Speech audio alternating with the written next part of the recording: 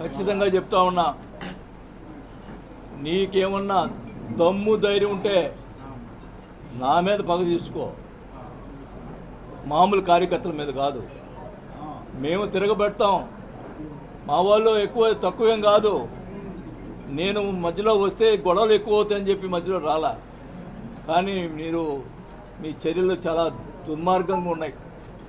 ఒక ఆయన ఏమో ఫ్లెక్సీలు వేస్తాడు, చోటగాడు పారిపోయాడు, అబ్బా కొడుకులు పారిపోయారు, వాళ్ళ చేత ఫ్లెక్సీలు వేపించి ఇచ్చేస్తూ ఉన్నారు. ఒక ఆయనతోటి, ఒక జనసేన నాయకుడితోటి జనసేన పార్టీలో చేరతాడంట అని ఆయన చేత మాట్లాడిస్తాడు. ఆయనకి అవినీతి పరుడు, అవినీతిలు ఇవి ఉన్నాయి, మా పార్టీ అంతా అవినీతి పరుడు పార్టీ కాదు, మరి ఎట్లా చేస్తాడు అని చెప్పి ఒక ఆయన చేత మాట్లాడిస్తాడు. ఉంచుకోనే, నువ్వు ఒక్కడే ఉండి పార్టీని నడుపుకో. నా ఎవడొద్దన్నాడు, మేము వెంబడబడుతున్నాం ఆ పార్టీలో చేరటానికి. ఒకటైతే చెప్తా ఉన్నా, మీరు ఇంతదాకా వచ్చింది కాబట్టి చెప్తా ఉన్నాం, నేను అధికారులు ఉన్నప్పుడు భూ కబ్జాలు చేశారు, అవి చేశారని మాట్లాడారు. ప్రజల్ని మరి నమ్మారో ఏమైతే నాకు తెలీదు. మా అబ్బాయి మీద, నా మీద వాళ్ళు ఇష్టం వచ్చింది మాట్లాడటం. నేను అడుగుతున్నా, ఫస్ట్ స్టార్టింగ్ నుంచి ఎక్కడి నుంచి స్టార్ట్ అయిందో అదే కాదు, అన్నీ కూడా చెప్తున్నాను నేను. ఫస్ట్ హవాలా మంత్రి అన్నారు. ఎక్కడ? చెన్నైలో 5 కోట్ల డబ్బులు దొరికితే ఎవరి? నల్లమల్ల బాలు. ఆ డబ్బులు అయితే ఆ డబ్బులు నాయి హవాలా పంపించినాడు అని చెప్పి వాళ్ళ ప్రచారం. మా అబ్బాయి పంపించాడని, నా పంపించాడని ప్రచారం చేసి మీడియా వాళ్ళందరూ కూడా ప్రచారం చేశారు. నేను అడుగుతా ఉన్నా, ఆ నల్లమల్ల బాలు ఇప్పుడు ఏ పార్టీలో ఉన్నాడు? మీ పార్టీలో ఉన్నాడు. తేల్చండి అది.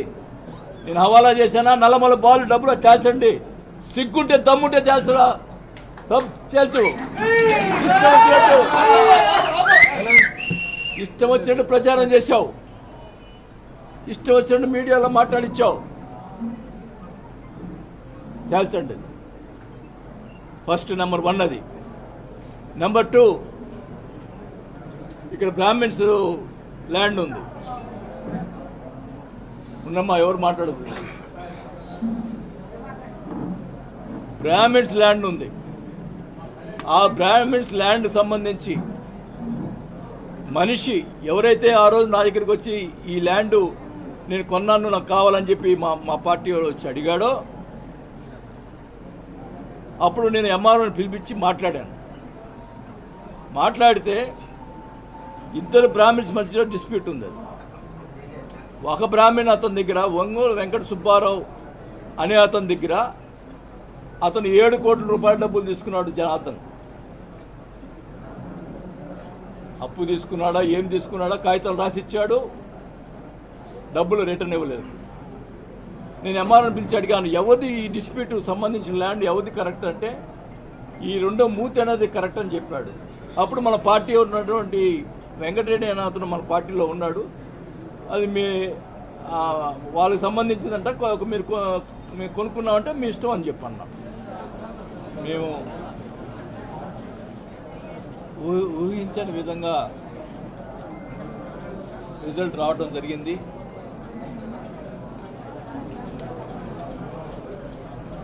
నేను గత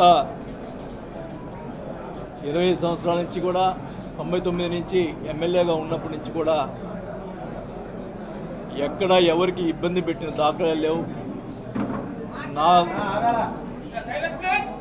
నాకు చేయగలిగిన సహాయం చేశాను, ఎవరిని నొప్పించలేదు.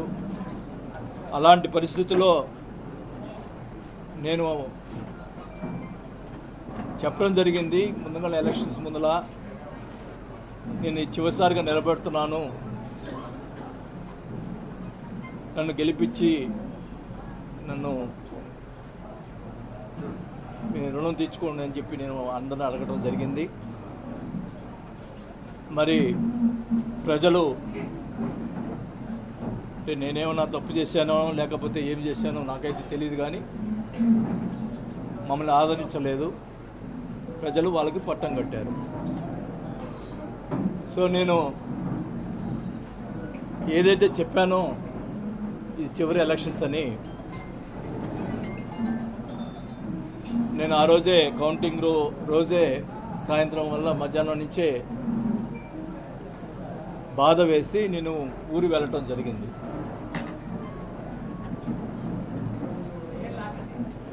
గతంలో మేము ఎప్పుడు ఎన్నిసార్లు 5 సార్లు ఎలక్షన్స్ గెలిచిన తర్వాత ఎప్పుడు కూడా అవతల మీద ప్రతిపక్ష వాళ్ళ మీద ఎప్పుడు కూడా ఓడిపోయిన సంబంధించిన వాళ్ళ మీద ఎప్పుడు కూడా కక్ష సాధింపు చర్యలు చేయలేదు.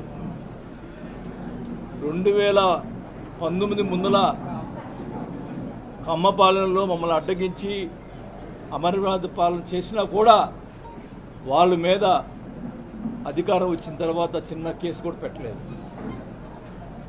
మా క్యారెక్టర్ అట్లాంటిది. మరి ఎలక్షన్ అయిన తర్వాత కార్యకర్తల మీద, అమాయకుల మీద కొట్టడం, మరి వాళ్ళ మీద బూతులు తిట్టడం, కేసులు పెట్టడం, దౌర్జన్యాలు చేయటం ఎన్నో చేశారు. మీ అందరూ తెలుసు. మురళీని కానీ వీళ్ళందరినీ ఎలా కొట్టారో, కానీ వాళ్ళ మీద కేసులు పెట్టడం కూడా, సరైన కేసులు పెట్టడం కూడా లేదు. అంటే పోలీసులు వన్ సైడ్గా చేశారు.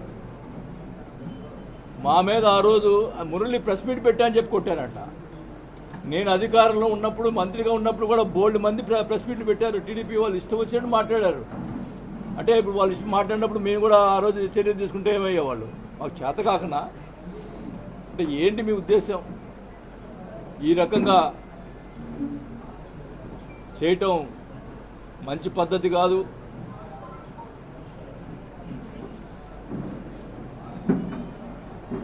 నేనైతే వాస్తవానికి ఎందుకులే మనకి ఈ రాజకీయాలు ఇంకా వద్దు అనుకునే పరిస్థితిలో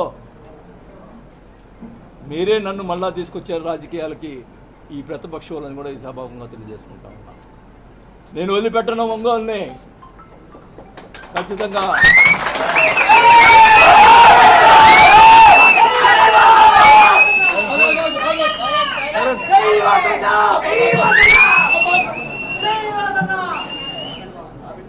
ఖచ్చితంగా చెప్తా ఉన్నా,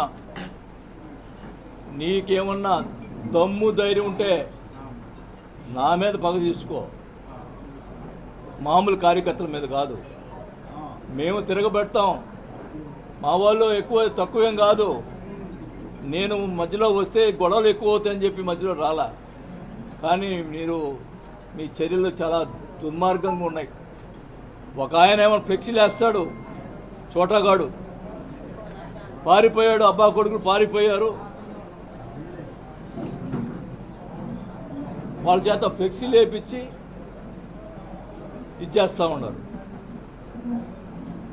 ఒక ఆయనతోటి, ఒక జనసేన నాయకుడితోటి జనసేన పార్టీలో చేరతాడంట అని ఆయన చేత మాట్లాడిస్తాడు. ఆయనకి అవినీతి పరుడు, అవినీతిలు ఇవి ఉన్నాయి, మా పార్టీ అంతా అవినీతి పరుడు పార్టీ కాదు, మరి ఎట్లా చేస్తాడు అని చెప్పి ఒక ఆయన చేత మాట్లాడిస్తాడు. ఉంచుకోనే, నువ్వు ఒక్కడే ఉండి పార్టీని నడుపుకో. నా ఎవడొద్దన్నాడు? మేము వెంబడబడుతున్నాం ఆ పార్టీలో చేరటానికి. ఒకటైతే చెప్తా ఉన్నా, మీరు ఇంత దాకా వచ్చింది కాబట్టి చెప్తా ఉన్నాం, నేను అధికారులు ఉన్నప్పుడు భూ కబ్జాలు చేశారు, అవి చేశారని మాట్లాడారు. ప్రజల్ని మరి నమ్మారో ఏమైతే నాకు తెలీదు. మా అబ్బాయి మీద, నా మీద వాళ్ళు ఇష్టం వచ్చింది మాట్లాడటం. నేను అడుగుతున్నా, ఫస్ట్ స్టార్టింగ్ నుంచి ఎక్కడి నుంచి స్టార్ట్ అయిందో అదే కాదు, అన్నీ కూడా చెప్తున్నాను నేను. ఫస్ట్ హవాలా మంత్రి అన్నారు. ఎక్కడ? చెన్నైలో 5 కోట్ల డబ్బులు దొరికితే ఎవరి? నల్లమల్ల బాలు. ఆ డబ్బులు అయితే ఆ డబ్బులు నాయి హవాలా పంపించినాడు అని చెప్పి వాళ్ళ ప్రచారం, మా అబ్బాయి పంపించాడని, నా పంపించాడని ప్రచారం చేసి మీడియా వాళ్ళందరూ కూడా ప్రచారం చేశారు. నేను అడుగుతా ఉన్నా, ఆ నల్లమల్ల బాలు ఇప్పుడు ఏ పార్టీలో ఉన్నాడు?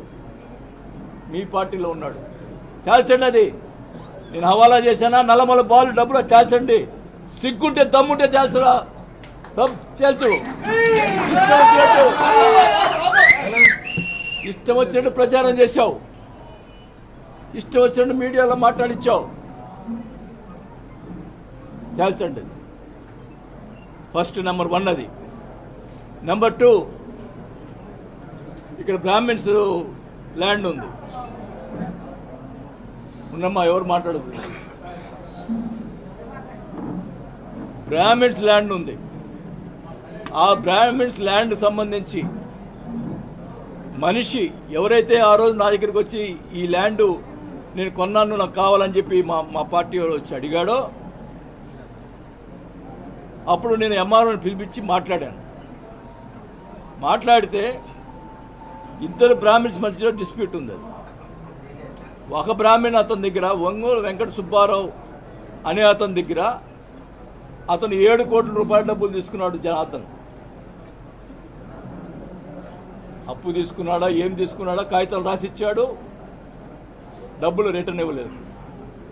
నేను ఎంఆర్ఓని పిలిచి అడిగాను, ఎవరిది ఈ డిస్ప్యూట్ సంబంధించిన ల్యాండ్, ఎవరిది కరెక్ట్ అంటే ఈ రెండో మూతి అనేది కరెక్ట్ అని చెప్పాడు. అప్పుడు మన పార్టీ ఉన్నటువంటి వెంకటరెడ్డి అనే అతను మన పార్టీలో ఉన్నాడు.